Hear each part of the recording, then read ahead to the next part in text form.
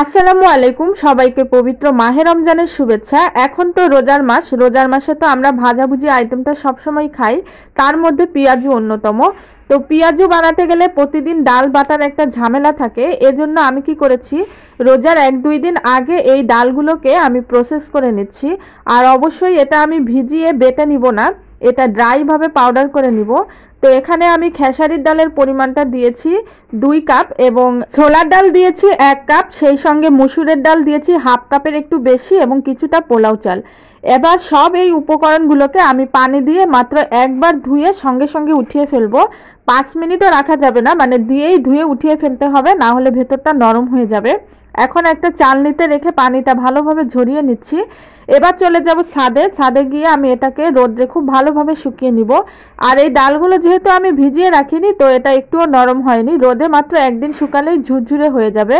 আর ঝুরঝুরে হওয়ার পরে আমি এটাকে গুঁড়ো করে নিতে পারবো। এটা আসলে আমি ইদানিং দেখতে পাচ্ছি ফেসবুকে সবাই করছে, তো ভাবলাম আমিও করি, ট্রেন্ডিংয়ে আছে যেহেতু। এই যে দেখুন বিকালবেলাতে সব একদম শুকিয়ে গেছে, এখন আমি এটাকে পাউডার করে নিচ্ছি।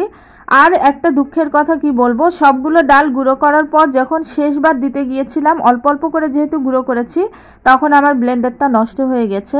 আসলে একটু ভালো মানের ব্লেন্ডার ছাড়া কিন্তু এরকম পাউডার করা যাবে না। এখন এই ডালের গুঁড়োটা আমি পুরো 1 মাস ধরে পেঁয়াজু বানাতে পারবো। আর এই পাউডারটা যখন আমি পানি দিয়ে ভিজিয়ে রাখবো, তখন কিন্তু ফুলে 3 গুণ বেশি হয়ে যায়। তো প্রথম রোজার দিন আমি একটু বেশি করে বানিয়েছি, তাই 1 কাপ দিলাম। 1 কাপ এই ডালের গুঁড়া ভিজিয়ে রাখলে এটা থেকে আমি অনায়াসে 20-25টা পেঁয়াজু বানাতে পারবো। তো হাফ কাপ করে দিলে 10-12টা পেঁয়াজু হবে। আপনার বাড়ির সদস্যের পরিমাণ অনুযায়ী আপনি এটা বানিয়ে নিতে পারবেন। আর এটা প্রতিদিন পেঁয়াজু ভাজার 1 ঘন্টা আগে ভিজিয়ে রাখতে হবে, তাহলেই কিন্তু সুন্দর ভিজে যাবে। এবার আপনাদেরকে একটু ভেজে দেখাই কেমন হলো এটা।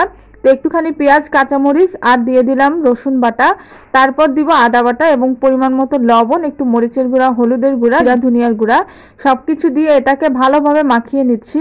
এর সঙ্গে চাইলে কেউ ময়দা বা বেসন ইউজ করতে পারেন, কিন্তু আমি আর কিছু দেইনি, এভাবেই করেছি। আর এই তেলে আমি অন্যান্য ভাজাভুজিও করেছিলাম, ওটা অন্য আরেকটা ভিডিওতে শেয়ার করব। আজকে শুধু পেঁয়াজুটা আপনাদের ভেজে দেখাচ্ছি কেমন হয়েছে। তো খুব সুন্দরভাবে এক এক করে দিয়ে দিচ্ছি। আর আমার হাতে যেহেতু বেশি একটা সময় ছিল না, আমি একটু বড় বড় করে এটাকে ভেজে তুলে নিব। চাইলে আরও ছোট করে দিবেন আপনাদের ইচ্ছা অনুযায়ী। তো এখন একটা পাশ হয়ে যাওয়া পর্যন্ত অপেক্ষা করব। আর একটা পাশ ভালোভাবে হয়ে যাওয়ার পরে উল্টে দিলে পেঁয়াজগুলো কিন্তু মুচমুচে হয় আর তাড়াতাড়ি ভাজা হয়ে যায়। বারবার ওলট পালট করলে কিন্তু ভেঙে যাওয়ার একটা ভয় থাকে। তো উল্টে দিচ্ছিলাম আর তারপরে একটু পরে নামিয়ে ফেলবো। এটাতে কি হবে, ভেতরটা একদম নরম থাকবে আর বাইরেটা খুবই ক্রিপসি থাকবে। এখন আমি এগুলোকে তুলে নিচ্ছি, সবগুলো তেল ঝরিয়ে নিব।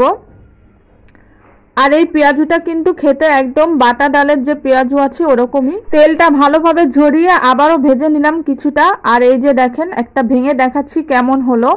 তো ভিডিওটি কেমন লাগলো জানাতে ভুলবেন না। চলে আসবো অন্য কোনো দিন। ভালো থাকবেন সবাই, আল্লাহ হাফিজ।